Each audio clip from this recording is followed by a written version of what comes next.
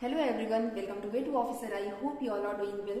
सो आप लोगों में से बहुत सारे लोगों के कमेंट्स आ रहे थे कि मैंने आईपीएस पीओ का पेपर जो दिया है कैसा हुआ मेरा मेंस, एंड आप लोगों से ही मुझे पूछना था कि आप लोग का मेंस कैसा हुआ। एंड मुझे ट्रेवल करना पड़ा काफ़ी एग्ज़ाम देने के लिए, क्योंकि मेरा सेंटर काफ़ी दूर था। इस टाइम मैं जहाँ पर रहती हूँ यहाँ से कम 250 किलोमीटर दूर मेरा सेंटर था। तो मेरा सेंटर बनारस में था, मैं बनारस गई, वहाँ पर मैंने एग्ज़ाम दिया और फिर वहाँ से मैं तुरंत यहाँ पर आई हूँ वापस 250 किलोमीटर। तो 2 दिन के अंदर मुझे पूरा 500 किलोमीटर का यात्रा करना पड़ा है। तो आप सोच सकते हैं बहुत ही हेक्टिक शेड्यूल था मेरा। एंड यस, अभी मैं जस्ट यहाँ पर पहुंची हूँ और अभी मैं वीडियो आप लोग के लिए ला रही हूँ, क्योंकि आप लोग के बहुत सारे कमेंट्स आ रहे थे कि मेरा पेपर कैसा गया। तो मैं आप लोग को बता देती हूँ मेरा पेपर। वीडियो स्टार्ट करने से पहले जो बिगनर्स हैं, जो प्रिपरेशन स्टार्ट करने जा रहे हैं 2022 के लिए, उनके लिए मैं एक बहुत ही अमेजिंग ऑफर बताना चाहती हूँ। देखिए, जितने भी लोग हैं कम से कम 2 मॉक जरूर लेते हैं। एक हाई लेवल मॉक ले लिया कोई ना कोई, एक थोड़ा मीडियम लेवल मॉक लेते हैं जिसमें टेक्स्ट बुक का एक ऑप्शन जरूर सबके पास रहता है।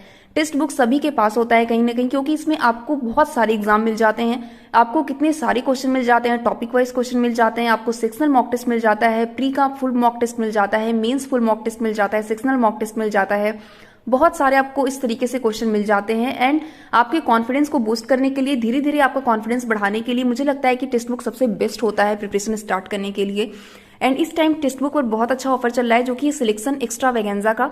इसमें आपको गोल्डन टिकट मिल सकता है। कैसे? अगर आप टेक्स्ट बुक पर इस टाइम पास लेने चाहेंगे तो आपको 399 में मिलेगा। पूरा 18 मंथ का टेक्स्ट बुक पास आपको मिलेगा, जो कि काफी अफोर्डेबल है। आप अच्छे से अफोर्ड भी कर सकते हैं इसे, एंड अपना प्रिपरेशन एक अच्छे डायरेक्शन में कर सकते हैं।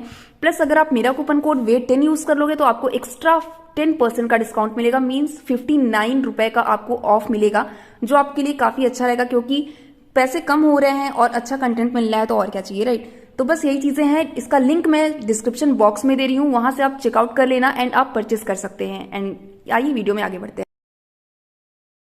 आईपीएस पीयू का एग्जाम था वो बहुत अच्छा नहीं गया, क्योंकि मुझे टाइम नहीं मिल पाया था प्रिपेयर करने के लिए। स्पेशली जीए सेक्शन मैंने कुछ भी प्रिपेयर नहीं किया था। जो मैंने पहले का पढ़ा हुआ था एसबीआई पीयू के टाइम पे, मैं वही पढ़कर गई थी। इवन मैंने पढ़ा भी नहीं था, उसी के भरोसे में गई थी एग्जाम देने, क्योंकि बिल्कुल टाइम नहीं मिल पाया। यहाँ सेटल करने में ट्रेनिंग हो रही थी, फिर ज्वाइनिंग हुई, उसके बाद काम स्टार्ट हो गया, तो बिल्कुल टाइम नहीं मिला मुझे। एंड यस, जैसा भी हुआ बता देती हूँ, आगे जो होगा रिजल्ट देखा जाएगा कैसा हुआ है। मेरा सबसे पहला जो सेक्शन ओपन हुआ था वो रीजनिंग का सेक्शन था। रीजनिंग मुझे अच्छी लगी, मुझे लगा था कि रीजनिंग ठीक ठाक आई है, किया जा सकता है, अच्छे क्वेश्चन बन गए थे। तो रीजनिंग में मैंने टोटल 19 अटेम्प्ट किए हैं। आप लोग बताना कि आप लोगों ने रीजनिंग में कितना अटेम्प्ट किया है। रीजनिंग मुझे ठीक ठाक लगी थी, एंड रीजनिंग ऐसी थी कि किया जा सकता था। मुझे एग्जैक्ट याद तो नहीं है कि कौन से क्वेश्चन आए थे, किस तरीके के क्वेश्चन आए हुए थे, क्योंकि मैं तुरंत भूल जाती हूँ, मुझे याद नहीं रह पाते ज्यादा क्वेश्चन। बट आप लोग समझ जाओगे कि किस क्वेश्चन की मैं बात कर रही हूँ। मैं थोड़ा बहुत आपको बताने का ट्राई करती हूँ। एक पजल आया हुआ था जो रेक्टेंगल वाला पजल था। एक छोटा रेक्टेंगल था और उसके बाहर एक बड़ा रेक्टेंगल था, जिसमें कुछ लोग अंदर बैठे हुए थे, कुछ लोग बाहर बैठे हुए थे, कुछ लोग आउटर देख रहे थे और कुछ लोग इनर की तरफ देख रहे थे। तो इस तरीके से बना हुआ था। तो आई थिंक आप लोग समझ गए होंगे कि मैं किस पजल की बात कर रही हूँ। तो वो एक पजल मैंने बनाया था। कुछ मिसलेनियस क्वेश्चन थे, उसमें भी मैंने अटेम्प्ट किया। एक और मैंने डीआई बनाई हुई थी, मुझे एग्जैक्ट याद ही नहीं है कि मैंने कौन सी डीआई बनाई थी, बट मेरे टोटल मिला के 19 अटेम्प्ट हो गए हैं। आई थिंक आप लोगों ने अब तक देख ही लिया होगा एनालिसिस, तो मैं पेपर की एनालिसिस नहीं करूंगी यहाँ पर, क्योंकि मुझे एग्जैक्ट खुद नहीं याद है। बट मैं आप लोग को बताना चाहती हूँ कि मुझे पेपर का लेवल कैसा लगा एंड मेरे कितने अटेम्प्ट हुए हैं। तो मैंने टोटल रीजनिंग में 19 अटेम्प्ट किए हैं। रीजनिंग में श्योर हूँ कि मेरे रीजनिंग में क्वेश्चन अच्छे बने हैं, एक्यूरेसी मेरी अच्छी है। तो रीजनिंग में टोटल 19 हुए हैं मेरे।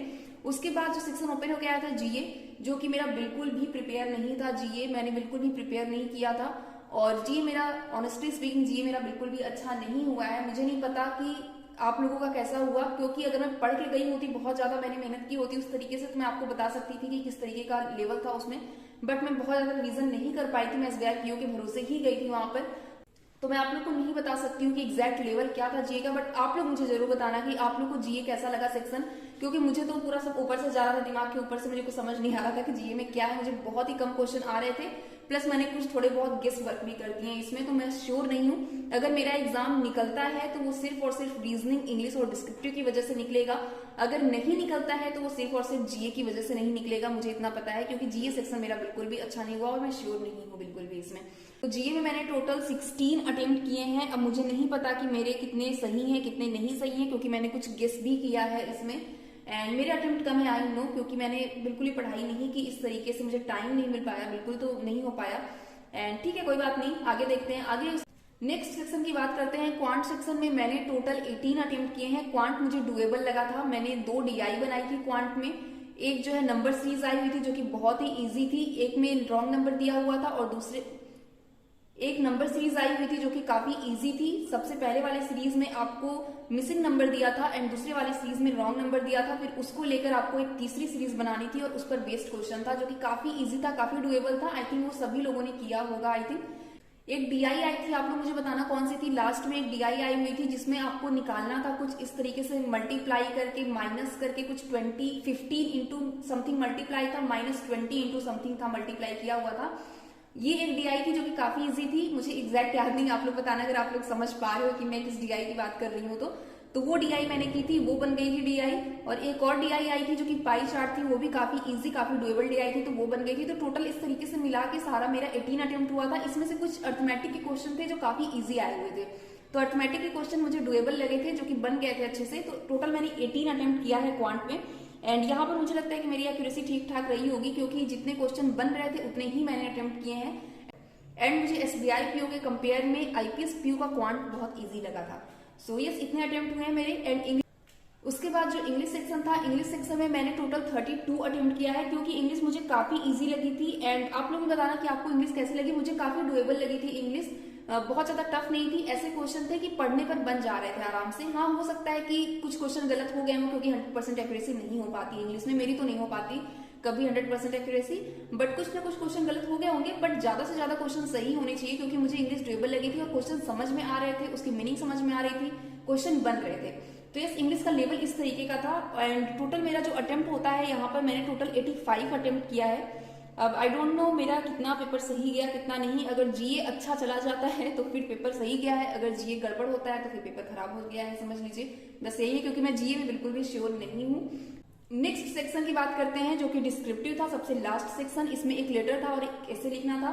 तो सबसे पहले लेटर ओपन होकर आया था। लेटर में एक लेटर आया हुआ था इस तरीके का कि आपको बैंक मैनेजर से स्टेटमेंट के लिए रिक्वेस्ट करनी है, स्टेटमेंट निकालने के लिए एक पीरियड ऑफ टाइम पर। तो वो मैंने लेटर लिखा हुआ था। एंड दूसरा एक ऐसे था मॉडर्न टेक्नोलॉजी पर, तो मैंने वो लिखा था। तो ये दोनों मैंने लिखा हुआ था। एंड इस तरीके का मेरा पेपर हुआ था टोटल। एंड मुझे नहीं पता कि रिजल्ट क्या होगा क्या नहीं होगा, जो भी होगा देखा जाएगा रिजल्ट। एंड प्रिपरेशन जारी रखना है, ऐसा नहीं है कि अब एग्जाम हो गए हैं तो प्रिपरेशन बंद कर देना है। प्रिपरेशन कंटिन्यू रहेगी क्योंकि आगे बहुत सारे एग्जाम आने वाले हैं और जब तक फाइनल रिजल्ट नहीं आ जाता तब तक हम लोग श्योर नहीं हो सकते कि हमारा सिलेक्शन हो गया है या नहीं हो गया है। एंड आप लोग भी बताना कि आप लोग के अटेम्प्ट कितने रहे हैं, आप लोग कितने श्योर हो। एंड मैं बस एक ही चीज कहना चाहूंगी, आप लोग श्योर हो या नहीं हो जो भी है, इंटरव्यू की प्रिपरेशन स्टार्ट करो। आगे आईपीएस क्लर्क मेंस है, आईपीएस क्लर्क मेंस भी देने जाओ अच्छे से। मैं आईपीएस क्लर्क मेंस नहीं दे रही हूँ क्योंकि मुझे छुट्टी नहीं मिली है, क्योंकि न्यू ज्वाइनिंग है और छुट्टी बिल्कुल भी नहीं मिलती है न्यू ज्वाइनिंग में। अगर आप लोगों ने ज्वाइन किया होगा पहले से, कुछ लोगों ने अगर किया होगा तो आपको पता होगा। सो यस, मुझे नहीं मिला क्योंकि वर्किंग डे पर था एग्जाम, इस वजह से मैं नहीं दे पाऊंगी। एंड आप लोग सभी लोग एग्जाम दे रहे हैं, जितने भी लोग जा रहे हैं सभी को ऑल द बेस्ट, अच्छे से एग्जाम देना, अपना 100% देना। एंड यस, आगे की प्रिपरेशन जारी रखना है। एंड मिलते हैं नेक्स्ट वीडियो में एक अच्छी इन्फॉर्मेशन के साथ। तब तक अपना ख्याल रखिए, खुश रहिए, बेस्ट ऑफ लक।